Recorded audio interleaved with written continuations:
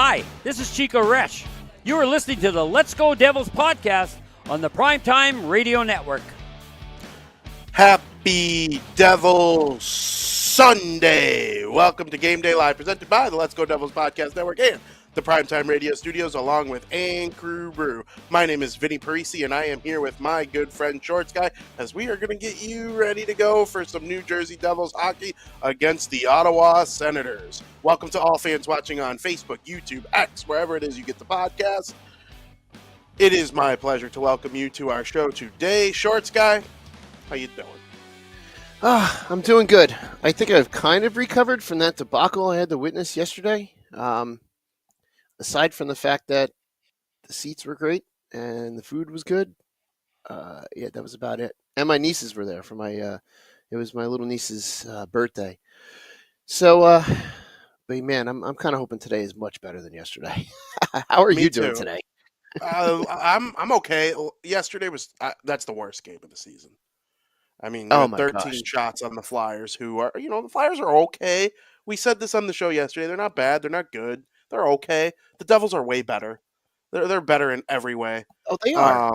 And I love the people there. The people are just done with this team. I think that's crazy. They're still like third in the Eastern Conference, fourth in the Eastern Conference, whatever it is. Like, there are other teams that also are going through stuff throughout the year. The only team that really seems to go unscathed so far this year from the Eastern Conference is Washington, who's ahead of the Devils. But like, the Hurricanes haven't been that good since Thanksgiving. No. The Leafs, until they beat the Devils, had lost 4 in a row. The Bruins are struggling. Basically the only teams that are like doing really well in 2025 are all those bubble teams: Montreal, Detroit, Columbus, Pittsburgh. Not really Pittsburgh as much anymore, but you know what I mean. Like this Ottawa Senators team, my goodness, they tied it with 12 seconds left in regulation yesterday against the Boston Bruins, and then won in a shootout. Yeah. It's the second half of a back-to-back for both teams. The Devils do have that extra 3 hours. Not that probably makes a difference at all for a bunch of highly trained athletes, but it should be an interesting game today, and it'd be nice if you become a 60-point team with 10 days left in January. I still think you're in a really good spot. It's crazy. I am. No, I totally agree, and I failed to mention, because it was just commiserating about yesterday's game. I also had a lot of great company yesterday with Brooke Amanda down there at the Rock yesterday, so that was a lot of fun. So that is exciting.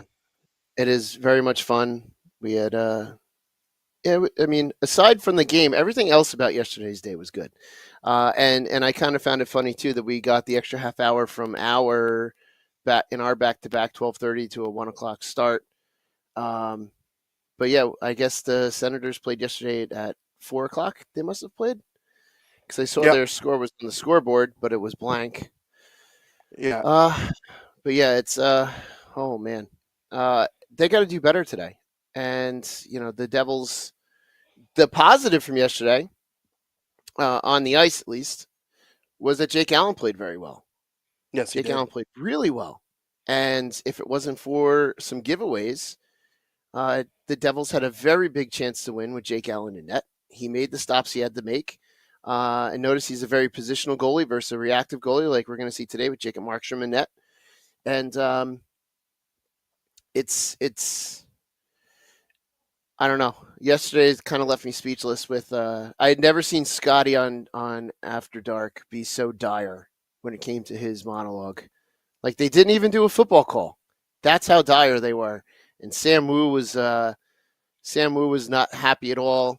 He was not positive. He was very negative. So it was a mess. Yesterday was a dark mess. I was negative yesterday too, and then I looked through it, and I'm thinking about the other teams in the East, and like even the other teams in the NHL. Vegas just got their doors blown off by the Blackhawks yesterday. What? Yeah, like stuff like that happens. Home or away? It was in Chicago. Wow. And Vegas, the Hawks were up 3-1, and I was like, wow, this is crazy. And then Hurdle scored 2 in the second period. I'm like, oh, Vegas is going to end up winning this game by 4. And then Seth Jones scored with 2 minutes left in the second, took all the wind out of Vegas' sails. Blackhawks win at the end 5-3. I'm like, this is, and when I'm doing my work for the Blackhawks, covering the Blackhawks, I just relate it all back to the Devils in my head. I'm like, Mm-hmm. this is proof that like literally this league is so weird. Hockey's such a dumb sport. And I thought about the goal that led to the Devils losing yesterday, and they were in the offensive zone like for 2 straight minutes, and somebody changed out for Jack Hughes to have fresh legs out there with all the tired Flyers, and bad, luck pass got broken up or whatever, and it went the Mm-hmm. other way. They take a penalty, and then Bobby Orr-Brink scores on the power play to give the Flyers the lead, and then that's it, right? Like they had such momentum. They just had a Yep. goal waved off Jesper Bratt. I'm like, if like one thing goes differently here, we are having an entirely different conversation. We're going into this game talking about sweeping a weekend back to back. It's crazy how momentum changes and swings, and the Devils are in a rut right now. There's no arguing Yes, it, they even are. though yesterday ended a streak of 5 points in 5 straight games. I And know. that's the difference between this year's team and last year's team. Last year's team, when they went through ruts, they just got no points for like a week at a time. This Mm-hmm. year's team, they find a way to stay in games. They defend well. The scoring's a little dry. I would like to see an improvement in the bottom 6 in the coming weeks, or even if it is in the summer. But man, you got to find a way to get out of this rut. There's too much talent on this team, high-end talent at the top of the lineup to allow this kind of to continue. It does feel like a situation where, man, if they can find a way to rattle off 3, 4 in a row here, they're right back to the status that we had them on Christmas Day. Mm-hmm. But it's a what have you done for me lately league, so we'll see how it goes. It is, and when that breakaway, which led to the penalty, which led to the game-winning goal, when the penalty was called, Brooke Amanda turned to me and was like, "This is about to be the most important," or she wanted to say it was going to be the most important 2 minutes of the game, and sure enough, it was. We didn't even get through the 2 minutes, and the Flyers scored on a like that whole series that breakaway, which led to the penalty, which led to the giveaway, which led to the goal. It just seemed like a comedy of errors, just like boom, boom, boom, boom, boom, right after the other. It was awful. And the Devils have to tighten a lot of things up. And I think we're all scratching our heads on why. And you're right, like right up to Christmas, even the game after Christmas. And someone I think last night mentioned it during After Dark that it seems to be like since that Carolina away game, the Devils have just been awful. And it's an unknown reason why. And I really would like to have them figure that out because it's, points are going to escape us really, really quickly if they don't really do anything to shake it up. And I think that's why you're seeing so much more chatter about, making a trade and Fitzy making a move. And I know a lot of people were talking about there was a hypothetical trade for TJ Miller this morning that I saw, which included a pick and Mercer and Nemec. But then I also saw something else saying that their teams are free to talk to him, but the Devils are not one of them. And then yesterday it came out that the Rangers almost had a deal for him, and then he was out of the lineup, and then that deal fell apart. So it's like the Devils are going to have to make moves, and we're going to start to see just all of these situations come out between now and whenever this move is made. And we all have to just remember, like, none of these situations, don't count on any of these hypothetical situations until there's a player holding a jersey or an official thing coming from the team and there's ink on paper as far as the trade is concerned. Like, we can all speculate, but just we all have to relax a little bit because Fitzgerald, I guarantee, is making those moves. And somehow Max finds this information out. Apparently there are like 15 or 14 scouts in attendance at yesterday's game. So it seems to be that there's going to be a move made. I think we all just have to be patient and wait to see what it is because I know we're going to wind up having to say goodbye to somebody we like. And it's just we got to be ready for it because, everyone's calling for a move. They'll announce the move, and then so many people will be like, no, why him? Why him? Why? Like, everyone will lose their minds about who left. Kind of like how, we let now his name's escaping me that went to Vegas for Cotter. Alexander Holtz. Holtz, yeah. Everyone was like, "Oh, Holtz went, blah blah blah," and then all of a sudden Cotter was a revelation. It's like, okay, well, this is an okay thing. Like everyone hated to see Pickles go. Zetterland's doing well. Everyone hated it, so it's like we got to say goodbye to somebody to get somebody. So, Yeah, and I do find it. I agree with you. Like JT Miller has 134 points in his last 116 games. mm-hmm. So like superstar. And people are like, no, we don't need him. We need scoring though.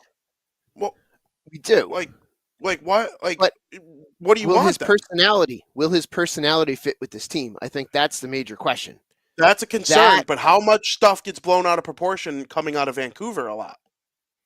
That's very well possible. And I have a feeling that Tom Fitzgerald will do his due diligence as far as having a phone conversation and talking to people who know JT Miller and talking to people like just he will go the extra mile. And Brooke is telling me in the chat that apparently some of those scouts are sitting like 2 rows behind us. So we had better seats than the scouts last night, which is pretty cool. But yeah, JT Miller is a potential, but again, if his personality is not going to fit, I don't want him. And I agree with that. It's a matter of it's going to have to be the right deal. Like I don't want to get fleeced for someone that is already 1 foot out the door. Although it would be great, it definitely would be great to see us get a player that all the Ranger fans are dying and desperate to get. Yeah, especially since they had him. And that's the thing. If he was like this jerk that was going to come in and make everything terrible, like, no, get him out. Keep him far away from here. But, like, he wasn't an issue in New York. He wasn't an issue in Tampa, like, at all. And now he's in Vancouver. Like, I remember there were a lot of similarities of things said about Ryan Kessler when he was in Vancouver. Then he goes to Anaheim. And I can't stop hearing about how beloved he is in Anaheim. And him and Getzlaff formed one of the top 1-2 center punches in the entire Western Conference. They were in the second round at minimum every single year. If the Blackhawks didn't exist with a dynasty, they probably get a cup together because they were in Game 7 of the conference finals the one year. I mean, so sometimes I do take what I hear from Vancouver with a grain of salt. I also know that there's no way that Quinn doesn't tell Jack and Luke the truth. Like, agreed. I would bet I didn't even think of that. I didn't even think of that one. That connection's right there too. Jack and Luke absolutely know everything about the situation. They know if it's real. They know if it's fabricated.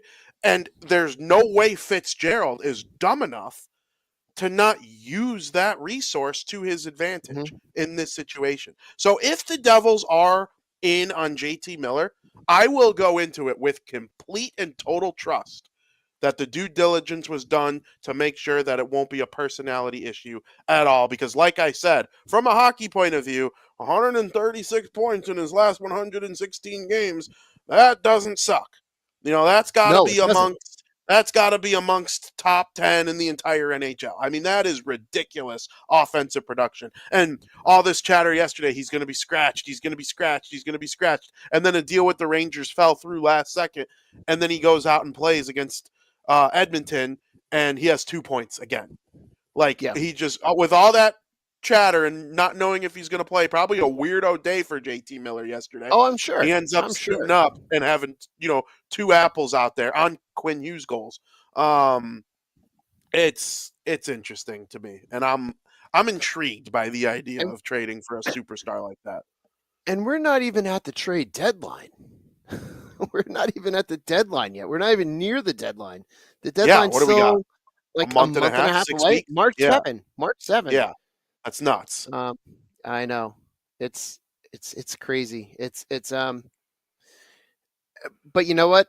Again, we can speculate all we want, but until there's a player holding a jersey, and I've had the same basically since the whole Kovalchuk drama, I've basically gotten into the mindset of, you know what? It's out of my control. I'm not going to let it impact my life. And until a player is holding up the jersey and saying, I'm here, nothing's going to happen until then. I don't know how that's the way we got to look at it. Absolutely. And listen, if they don't trade for him, I'll ride with this team.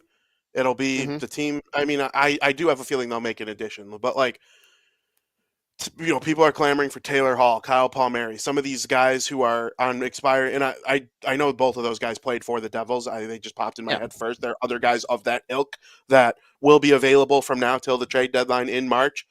These bad teams, Chicago, San Jose, Anaheim, all Hmm. the teams at the bottom. There are fewer teams at the bottom this year than have been in years past, though, because the Eastern Conference really, who's out of it in the East? Buffalo, maybe. I don't think the Islanders and the Rangers have like a legit chance, but they probably do. I don't see them selling. Well, the Rangers might sell off guys who are like a problem. Like if they move on from Chris Kreider, I wouldn't be shocked. But Yeah. in terms of their assets, they're going to try and make it. I think, and so it's going to be It's interesting to see how it goes. so it's and this just kind of popped in my head, thinking about that. I'm curious what I know what looking at our workload, one, two, we have 15 games in March after that two Yeah. week break. Yep. So Because I'm February is very curious light. because February is very light. So 15, 16. So there's 17 games after that 2 week break. I'm curious if maybe the trade deadline won't be as hot and heavy because there's so much time left after that, or it could be the complete opposite. There could be so much time after that teams might go hard for a player, knowing that there's so much hockey left to be played. Like we're cramming a lot of hockey into the last month and a half of the schedule, and it's just going to be wild to see. And I want to say that there is a freeze. I think we were talking about it on I can't remember if we are talking about it here or the big show. I believe there is a freeze on the rosters during the Four Nations face-off. There is, and there's belief that teams will act on that. Similar to Mm-hmm. Christmas. I Yeah. think around Christmas you start seeing a trade or two right before the roster freeze.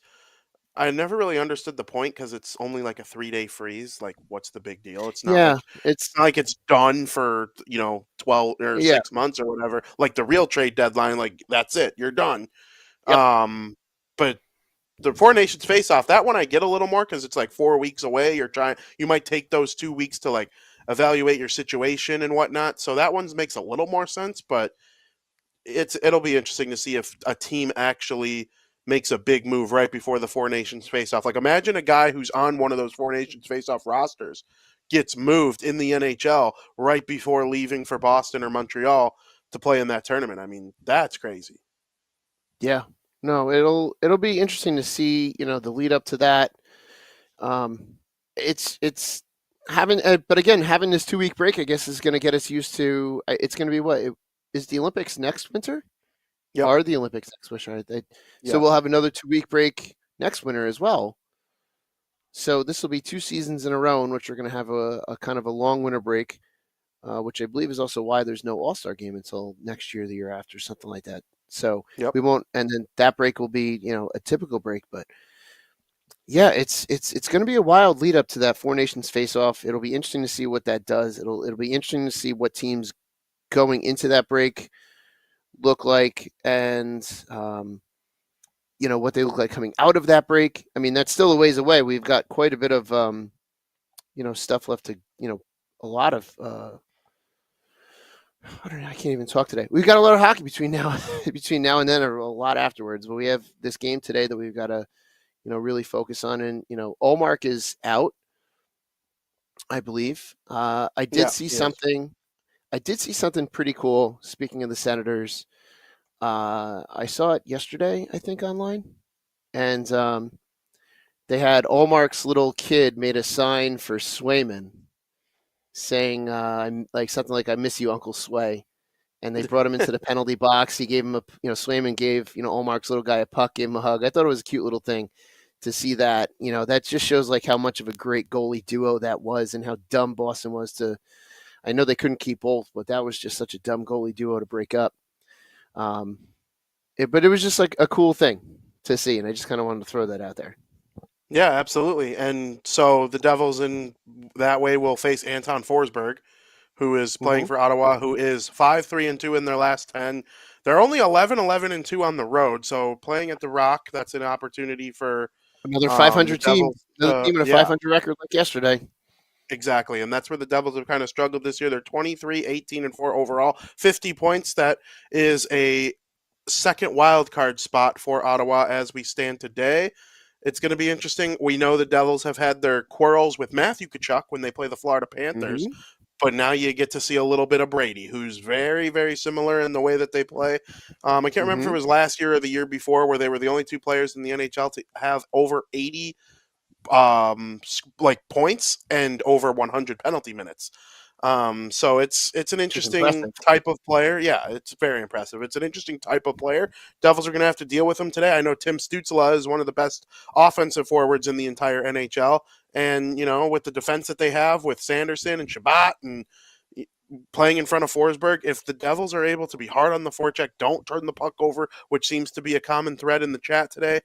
It's an opportunity to play a good game. You got to go out there and do it, though. Just do it. I know, and we were talking about it last night. Sheldon Keefe was laying into the team after the Toronto game, and they just still came out flat yesterday. So I don't know what it's going to take to do this. You've got the Brady Tkachuk Jack Hughes friendship that maybe Jack's going to want to get up to kind of one up his friends. Beer Baron has mentioned at least once or twice that he would like Brady Tkachuk on this roster. So maybe we'll get a little chatter talking about that later on in the big show. But you've got to get up for these games. These are the points that you can't let slip away. We let points slip away yesterday. Metro points to a team below us, especially. You've got to get those. And Brooke just said it in the chat. Stop giving the puck away. There were a lot of giveaways yesterday. It's kind of interesting to watch, a game live. And at one point, I think it was Brett Pesce lost an edge, and someone behind us was like losing his mind. It's like, yes, I'm sure Brett Pesce meant and intended to lose his edge to give the puck away like that. Why don't you just sit down and just learn to understand the game? Yeah. But these are games that we're letting slip away, and you're right. There's a difference. We were getting points in the last couple of games, and we didn't yesterday, and the difference between last year's team and this year's team. But sometimes these points that get away are the ones that make the difference between, a top three in your division and a wild card spot. Sometimes it could be the difference between the top seed in your division versus second. These points become valuable when it really comes down to it at the end, and especially yesterday with the divisional points. But that's all behind us. They got to focus on Ottawa today. They got to get these points.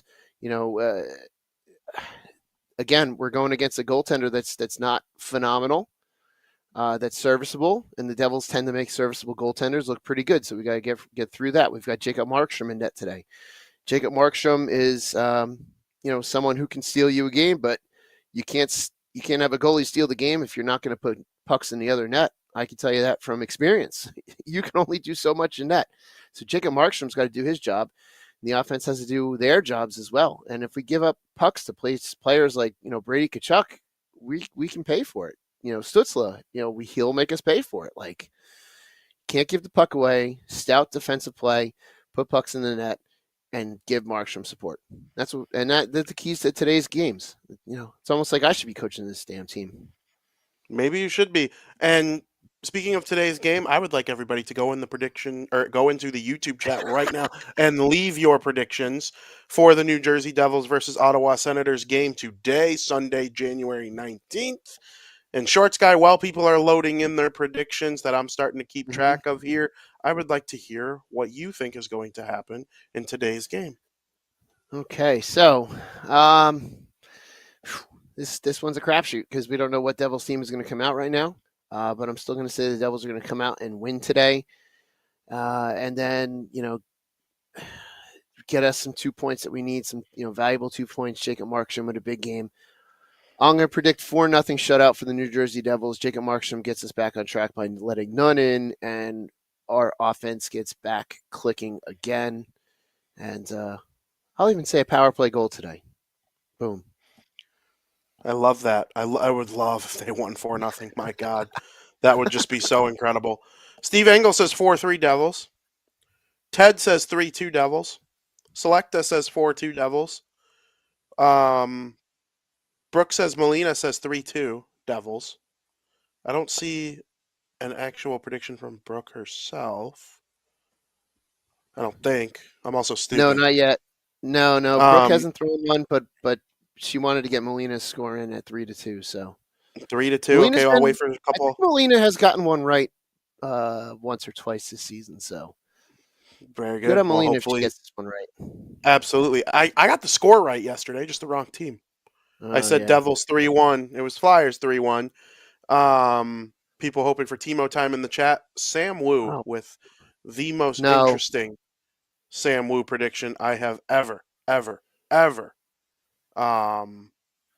have never seen our that. entire life. And Metalander, email Sam at primetimeradio.com. Primetime Woo. That should be his. Woo. That should be his like signia though. Primetime Woo. Yeah, it's primetime. Well, hey, if he predicts the cup win in 25, then he could be primetime Woo. But yeah, Metalander, definitely reach out to Sam via email. We'll figure something out because that would be phenomenal. Yeah, totally. Yeah, absolutely. We want as much fan interaction as possible. Let's see. John says 5-3 Devils. Hannah says 5-4 Devils. Joseph says 3-0 Devils. Brooke says 3-0 Devils. Nick 4-2 Ottawa. Brian says die Eagles die. Yeah, no Max in the chat today. No Max in the chat. I don't have to root for Philly today. They're not playing the Packers. AJ Visco says 2-1. I'm really hoping for AJ that his little guy can see a Devils victory finally. Absolutely. Eddie says 3-2. Sam Wu says 7-1 Ottawa. And that's why Sam's not on the show today. That's why. You say 7-1 Ottawa? You're ejected. See ya.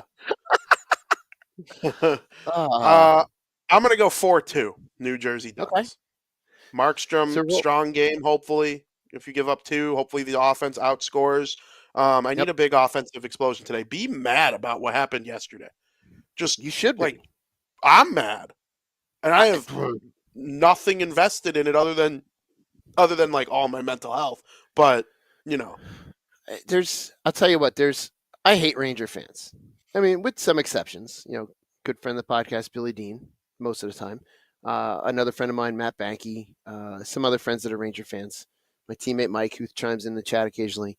But there's something about Philly fans, and I'm not just talking Flyers. Seeing them celebrating yesterday, there's something about them. They're just so annoying. They're just so, and I can't. Sam, you said that on air yesterday. I'm not going to say it on air now.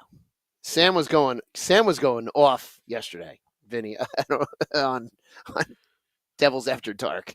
But oh my gosh, like I don't know if it's because their colors are orange or like I don't really understand like why. I think they're 10 times more annoying than Rangers fans. Have you gone to a game in Philly? No. For any sport? No. I've been to Pittsburgh. I've never been to Philadelphia. No, Pittsburgh. I haven't been to Pittsburgh for a game. Not yet, at least. But there's just something just awfully irritating about any fans from Philly. They like take the worst qualities from every town and put them into one. Like the arrogance of New York, the pessimism of Chicago, the like sun is falling of New Jersey with like the history of Tampa Bay. Like I don't know. It's just a bad combo all around. Oh, I got to join this conversation. Anytime back to Philly. You were expelled for picking 7-1 Senators. No, I can expel you. I could just mute you, Vinny. You really can. I'm acting over here like I'm the one with the power. You only keep me around because I know how to run my mouth. Oh no! After 4 years, 5 years at Penn State, I understand the dynamics of a typical Philadelphian, okay? There is kind of a jealousy complex en route because of the region. You got New York. You're in between New York and Washington. They always get the headlines. And the third one would be probably Boston in the Northeast before Philadelphia. Now, Philadelphia, the reason why they seem like they have more fans than they do is because they're probably the only city aside from Boston, really, is a one-sport city because New York is diluted. You've got 3 hockey teams. Washington too. Yeah, but the population doesn't very match transient in Washington. Philly and Boston. Yeah. Point But the point, Chicago has two baseball teams. L.A. has two basketball teams, whatever. But Philly only has one of each, really. And that's all they know. Also, I think there's something in the water as well in Philadelphia that causes. I've talked about. Kissing your sisters and all that kind of stuff. But there's just something. I mean, it's a city that still idolizes a fictional character. Like their greatest sports moment for years was a fictional character. Well, yeah, and you have Joe Louis. You have Joe Louis from Philadelphia, but even he sucked. Down goes no, not Joe Louis. Frazier, Joe Frazier. Sorry. Down goes Frazier. Down goes Frazier. One of the infamous calls. I think Muhammad Ali. Yeah. Yes. Sorry, yeah, Joe Muhammad Louis. Ali. That's. I was gonna say Joe. Yeah, I was gonna say. Anyway, it's there's just something about them, and it's just like, I mean, what other city has to grease their light posts on a potential big game night? No other city in the country has to grease all of their light posts. Maybe Vancouver, but that's not in the U.S. Sam's cousin caused trouble in Vancouver years ago. They're like Philly, Canada. Are you talking about the Vancouver riots? Yes. Oh, conspiracy theory, and I've actually had journalists. Here we go. I've had journalists that actually confirmed it. They were anarchists from Quebec dressed as Vancouver Canucks fans in that Game 7 that were causing it, but it was the Canucks fans that were completely drunk that joined in. It was a total setup. Thank you, AJ Visco. Maybe a super chat for a win. Yeah, we haven't got much super chats lately in the Game Day Live, so maybe we should be blaming the fans, by the way. It's a bold strategy. Yeah. Very bold strategy. just like saying Vinnie could block you from the podcast. But the only thing great about Philadelphia is Bill Clement. Everything else, and Chickies and Pete's. That's it. Yeah, but Chickies and Pete's has Jersey locations. There's one right on the boardwalk in Wildwood. They're Philadelphia based, though. I've been to the Chickies and Pete's corporate office. I will say that. That you have. I've been to the one down there in South Philly when you did that event all those years ago with Durango Steve. Yeah. But there is one on the boardwalk in Wildwood, so it's a Jersey thing as far as I'm concerned, because I'm not going to Philly. Ugh. I'm surprised I'm surprised I personally haven't been kicked out of a soccer match in Philly yet, which a lot of other people have, but I haven't for some reason. Keyword yet. Yeah. Well, it's the one away trip that I just hated going on and refused to go on unless I needed to. It was awful. Totally. Their fans are terrible. A lot of Philly chat for a game against Ottawa, which is supposed to show how annoying we get when we have to deal with that team. Wimpy with another super chat. Wimpy's talking about the Bill Burr rant in Camden, out of all places, in Camden, in front of a Philly crowd. Oh, I have to watch that. I don't think I've seen that. Oh, it's one of the best clips. I mean, they were booing him and talking during his monologue. So finally, it just took all 10 minutes that he was allotted just to bash the entire city. Bash the entire city. Thank you, Scott, for complimenting the jerseys in the background. I appreciate it. And by the way, Vinny, if you do make your way to Philly, if the question is Pats and Geno's, the answer to both is no. No. No. You're a food Okay. guy? The answer is no. Where would you go Okay. for cheesesteaks? Me? Yeah. I'd go to Sonny's. It's down by the historic district. I forgot what it was called. Kevo took me there once. It's like Princess Steaks or something. It was, Yeah, that's another one down there. Yeah. I But used to go down there I'm not a big cheesesteak fan, believe it or not. if it's done right, it's really good. I mean, there used to be a fest that I go to in Philly.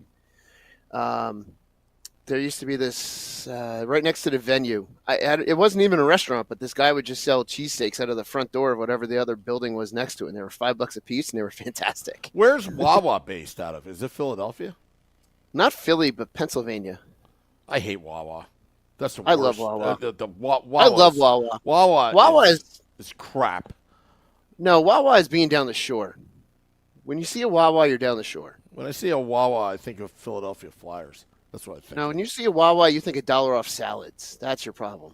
I hate Wawa. I freaking hate Wawa. I hate giving them my money, too, if I need, like, something normal, like maybe a Gatorade or something like that. But I hate Wawa. I'm a Sheetz fan. Yeah, in the well, day. because you went to school out in like middle nowhere, Pennsylvania, so that makes sense for It's that. one of the greatest schools in the history of sports. What, Notre Dame? Yeah, Notre Dame. Notre Dame. Let me tell you something about Notre Dame, okay? Let me tell you something about Notre Dame, okay? They should be a bunch of Frenchies, not fighting Irish, all right? Secondly, I don't want to go there, but, I'm sure they have settlements that we don't know about, And thirdly,